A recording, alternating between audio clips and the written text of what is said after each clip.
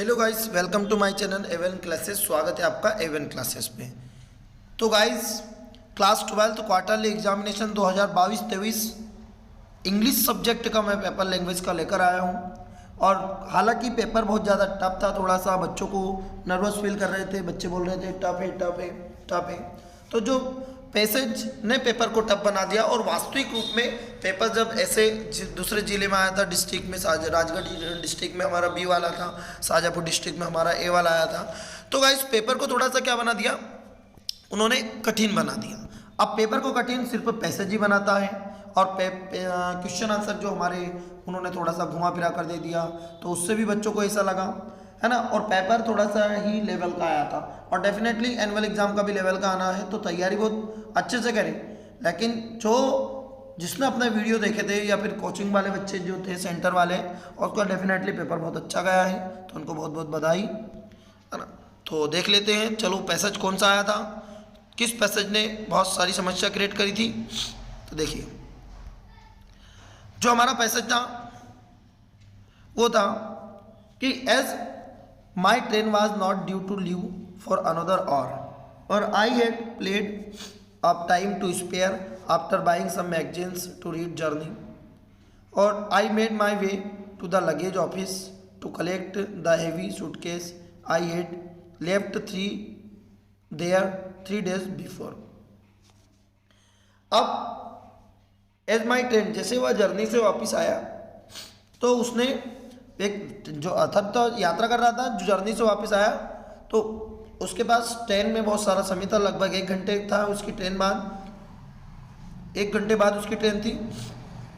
तो उसने कुछ मैगजीन्स खरीदी बाहर से और बहुत सारी चीज़ें खरीदी, और जब वो 3 दिन बाद वापस जब लगेज लेने के लिए आया तो उसने जो लगेज की जो अपनी रिसिप्ट छोड़ी थी उसको वापस जब मांगता है वो, तो रिसिप्ट जब वो लगेज लेता है तब वो रिसिप्ट लेता है।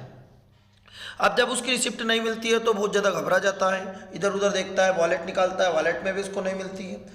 जबकि इस कहानी में जो उसकी रिसिप्ट रहती है लगेज की, लगेज देने से मना कर देता है, तो उसकी जो रिसिप्ट रहती है वो उसके पॉकेट में रखी होती है, उसके पैसों के अंदर। ठीक है, तो ये जो हमारा पैसेज है वो इसी के ऊपर है। तो पूरा ये जो पैसेज है काफ़ी ईजी है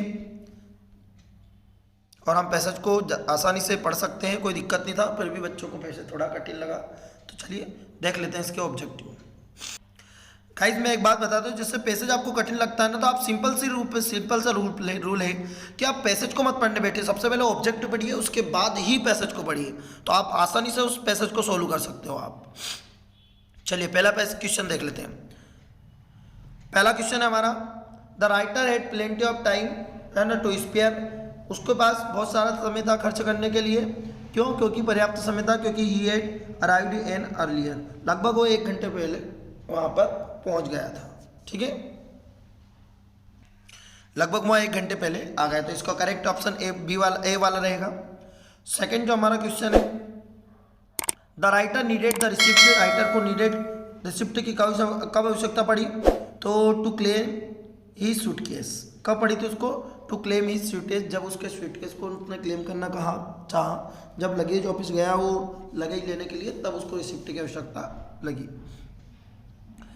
the writer, next question, the writer felt foolish because, इसका ऑप्शन आ जाएगा फर्स्ट वाला कि he hadn't really lost his receipt at all, क्योंकि उसकी रिसिप्ट जो घूमी ही नहीं थी, लेकिन फिर भी उसको ऐसा लगा कि मेरी रिसिप्ट घूम गई है। फोर्थ वाला क्वेश्चन आएगा, देयर अरंट पीपल वेटिंग, तो इसमें आ जाएगा मैनी पीपल वेटिंग, है ना, टू लगेज ऑफिस, बहुत सारे जो पीपल है वो लगेज ऑफिस में बैठे हुए थे, वेट कर रहे थे।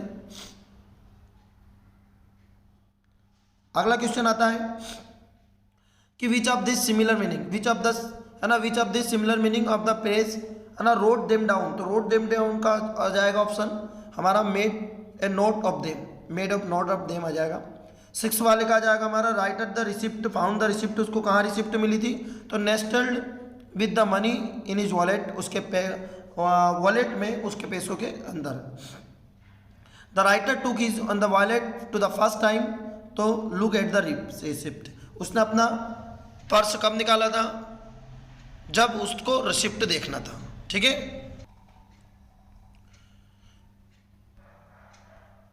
चलिए देखिए,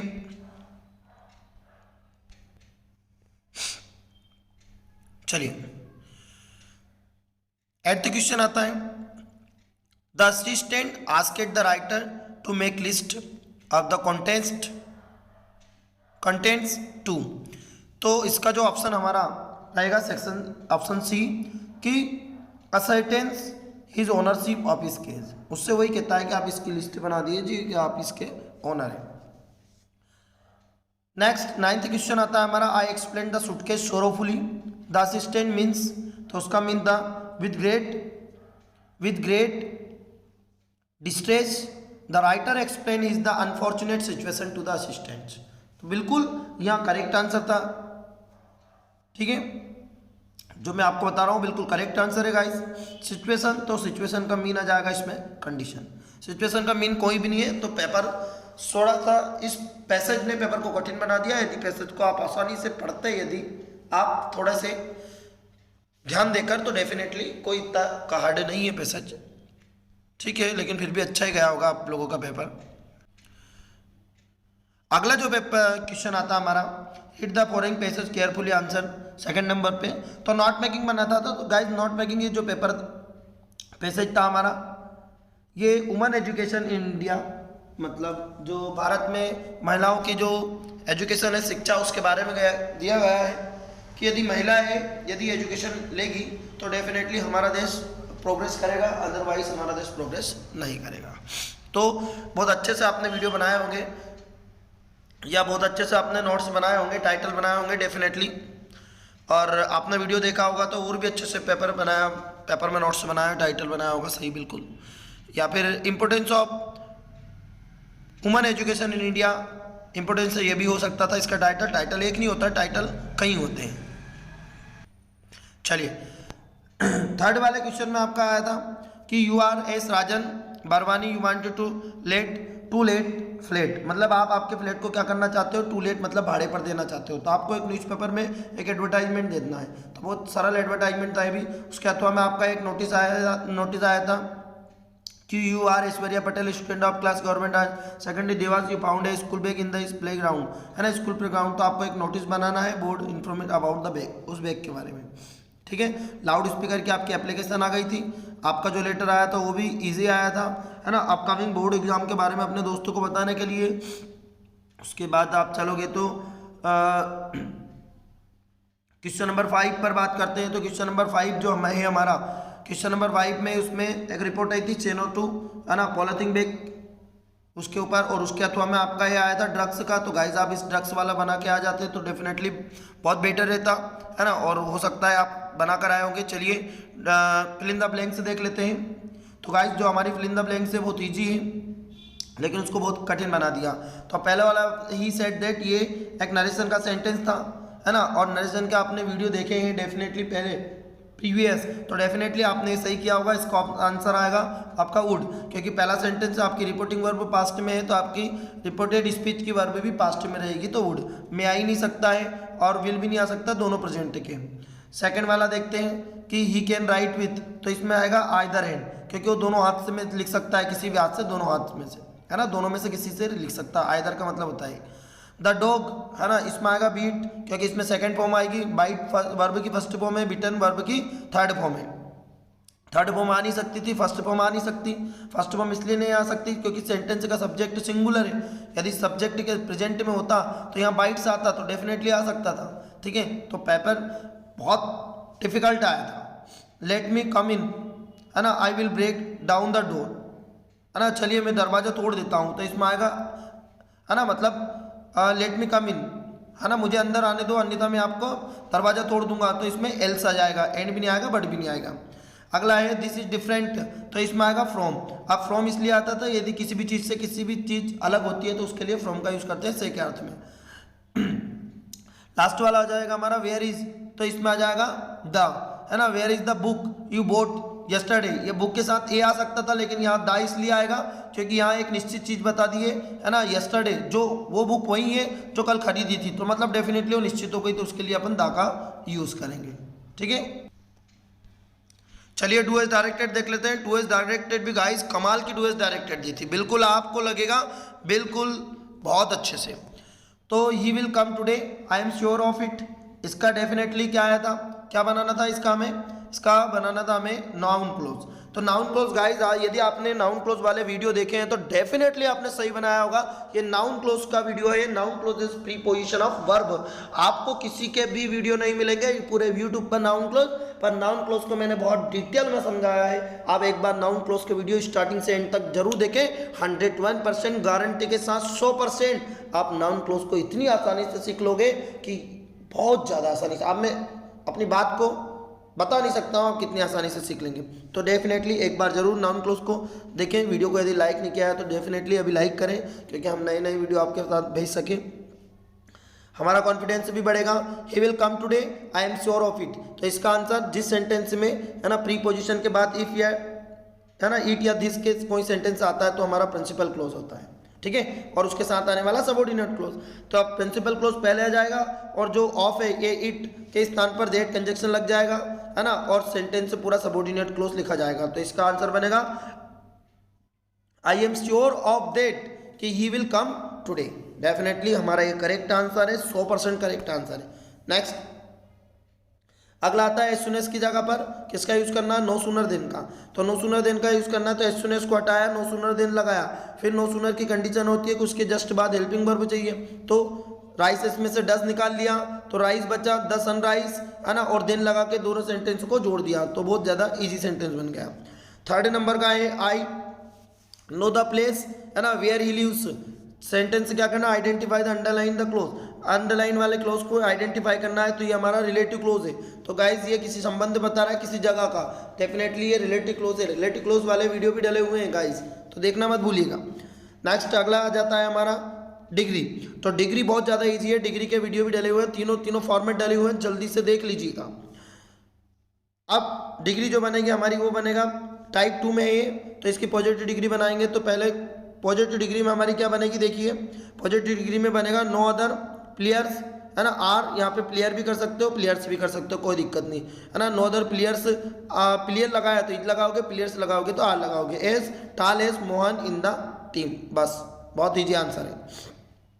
नेक्स्ट फिफ्थ वाला क्वेश्चन है नाइदर नोर का प्रयोग करना है। तो आप नाइदर को पहले लगा दीजिए ही और लाइक्स, क्योंकि डज नॉट, यदि किसी सेंटेंस में नाइदर नोर का प्रयोग करते हैं तो नेगेटिव सेंटेंस को हटा दिया जाता है, नेगेटिव वर्ड को। तो डज नॉट हटेगा तो डज हटा तो लाइक में लगा, लाइक्स हो जाएगा टी, और नॉर कॉपी। तो इसका आंसर बनेगा नाइदर ही लाइक्स टी और नॉर कॉपी। नेक्स्ट अगला देख लेते हैं, लास्ट वाला क्वेश्चन हमारा कि दे आर टू यंग और to take the in this competition exams. तो इसका आंसर बनेगा सो देट का यूज करना है। इस टू की जगह पर सो लगाया, इस टू की जगह पर देट लगा दिया हमने, है ना। देट लगाकर सेंटेंस में जो सब्जेक्ट यहाँ पर है उसी सब्जेक्ट को हमने यहाँ लिख दिया। और यदि ये सेंटेंस हमारा पहला वाला सेंटेंस प्रेजेंट में है तो कैन नॉट लगा दोगे, पास्ट में है तो कुड नॉट लगाकर सेंटेंस को लिख दोगे। तो can not part in this exams, competition exam, ठीक है। बहुत ज़्यादा इजी ग्रामर थी। यदि ग्रामर के वीडियो आप लोगों ने देखे हैं तो डेफिनेटली ग्रामर को 100% सही कर सकते हो हमारे चैनल पर वीडियो को देखकर। चलिए नेक्स्ट पैराग्राफ को देख लेते हैं जो प्रोज का एक्सट्रैक्ट आया था। Why do you do this I sahib.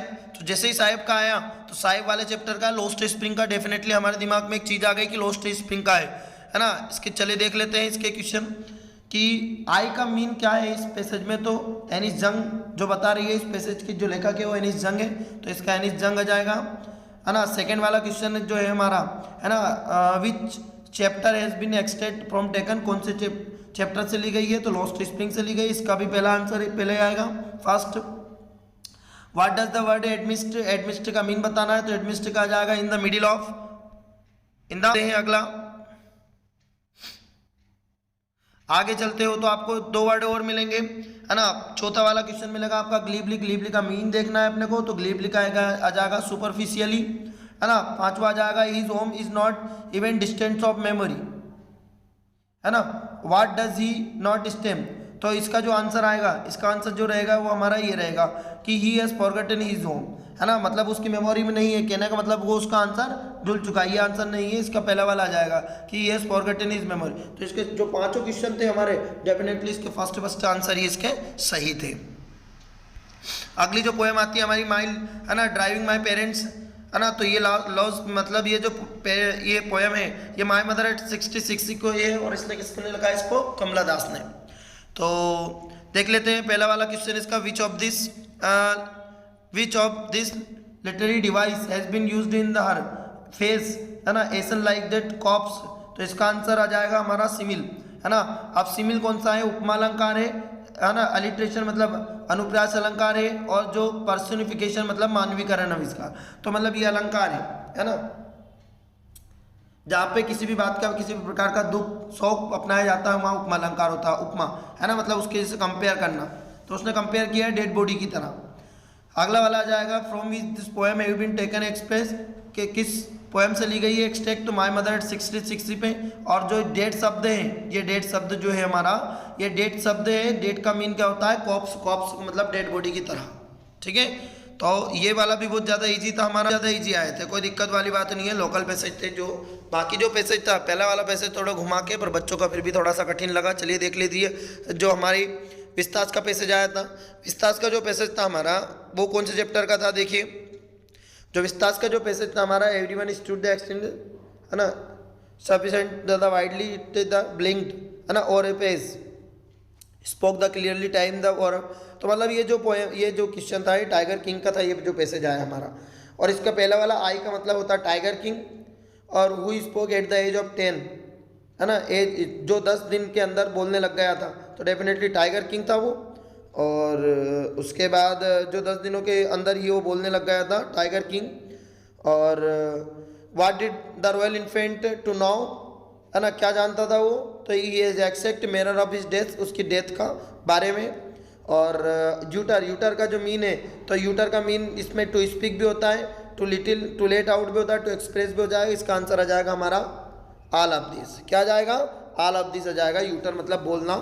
तो गाइस के जो क्वेश्चन आंसर बहुत ज़्यादा इजी आए थे, जो क्वेश्चन हमने करवाए थे वही क्वेश्चन है जो टिक लगे हुए हैं। तो देख लीजिए क्वेश्चन को सिर्फ घुमा फिरा कर पूछा गया है, ज़्यादा कोई इससे बड़े क्वेश्चन नहीं है, सिर्फ क्वेश्चन को घुमा फिरा दिया है जिसमें बच्चे घूम गए हैं। तो कोई दिक्कत वाली बात नहीं है गाइस। आपको पेपर बहुत ज़्यादा ईजी था, बस पेपर को थोड़ा सा जो बताया गया वही क्वेश्चन आए हैं। देखो आप, है ना, व्हाट इज द सैडनेस वाला आया, डेफिनेटली आया, ठीक है। माय मदर 66 का सारे क्वेश्चन सारे इजी थे, बस अपने को थोड़ा सा पैसेज ने डिफिकल्ट बना दिया। तो आप टेंशन मत लीजिए, वीडियो के साथ बने रहे, चैनल के साथ बने रहे, ताकि हम वीडियो को नए IMP बिल्कुल 101% मैं आखिरी टाइम पे 20 से 25 क्वेश्चन भी आपको बहुत इंपॉर्टेंट बता दूंगा, जिन्हीं में से क्वेश्चन आने वाले हैं। अर्धवार्षिक के लिए भी हम वीडियो आएंगे, और हमारा एक और वीडियो डलने वाला है जो राजगढ़ जिले का है, जो पैसेज का पेपर का सेक्शन जो बी, हमारा ये वाला जो पेपर है ए है, वो बी वाला, वो कल आपके पास अवेलेबल हो जाएगा। तो के चैनल को सब्सक्राइब नहीं किया है तो चैनल को सब्सक्राइब करें, लाइक करें और कमेंट करें, है ना, ताकि नए नोटिफिकेशन